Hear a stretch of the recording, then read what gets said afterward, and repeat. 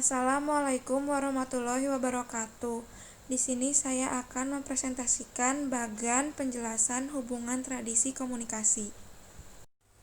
Yang pertama adalah tradisi retorika. Fenomenanya adalah fenomena seminar. Komunikator dalam seminar pasti memiliki keahlian berbicara di depan umum atau di depan publik. Kemudian masuk ke dalam teori retorika, karena menurut Aristoteles, menyampaikan pesan seorang pembicara harus mementingkan kualitas persuasi yang bergantung kepada 3 aspek, yaitu logos, patos, dan etos. Kemudian bagian dari kelompok teori publik, karena berada pada cakupan atau konteks publik. Kemudian masuk ke dalam cakupan komunikasi publik, karena bertujuan untuk mengajak atau menginformasikan. Maka cakupan ini masuk ke dalam tradisi retorika. Kelompok teori media adalah bagian dari cakupan komunikasi massa. Cakupan komunikasi massa merupakan bagian dari tradisi retorika. Yang kedua ada tradisi fenomenologi. Fenomenanya adalah iklan aqua botol tanpa segel plastik dapat dipahami melalui berbagai persepsi khalayak. Masuk ke dalam teori kultivasi, teori yang melakukan pemahaman kepada efek media. Kemudian masuk ke dalam teori media karena berada pada cakupan atau konteks massa. Kemudian masuk ke dalam cakupan komunikasi massa karena iklan ini diantarai oleh media, yaitu media massa.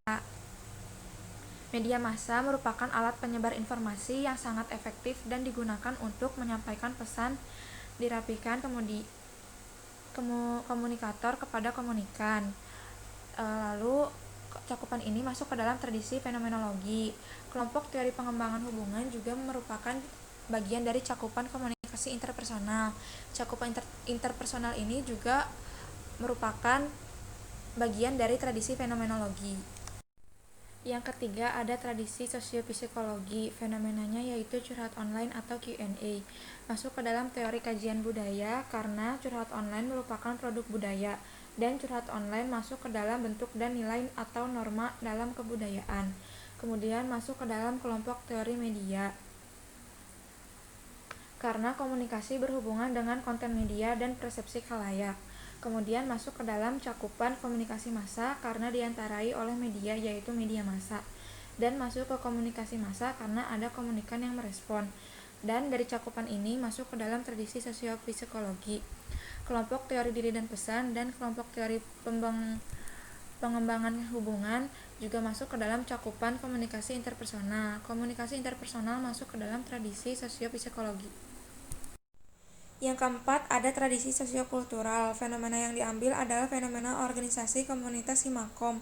Masuk ke dalam teori budaya karena organisasi Himakom, komunitas anggotanya terdiri dari berbagai budaya daerah yang berbeda-beda. Kemudian masuk ke dalam kelompok teori organisasi karena berada pada cakupan atau konteks komunikasi organisasi. Kemudian bagian dari cakupan komunikasi organisasi karena cakupan organisasi terjadi pada lingkup kelompok besar dan adanya kultur organisasi. Cakupan ini masuk ke dalam tradisi sosiokultural. Kelompok teori budaya dan keanekaragaman juga masuk ke dalam cakupan komunikasi budaya. Cakupan ini masuk ke dalam tradisi sosiokultural. Yang kelima ada tradisi semiotika. Fenomenanya mengacungkan jempol kepada teman yang berpresentasi. Masuk ke dalam teori manajemen makna terkoordinasi karena isi dari teorinya adalah 2 orang yang berinteraksi secara sosial akan membentuk makna dalam percakapan yang mereka lakukan. Kemudian bagian dari kelompok teori diri dan pesan karena pesannya berupa nonverbal dan berfokus pada penafsiran pesan. Kemudian masuk ke dalam cakupan komunikasi interpersonal karena komunikasi disampaikan oleh 2 orang. Kemudian cakupan ini masuk ke dalam tradisi semiotika.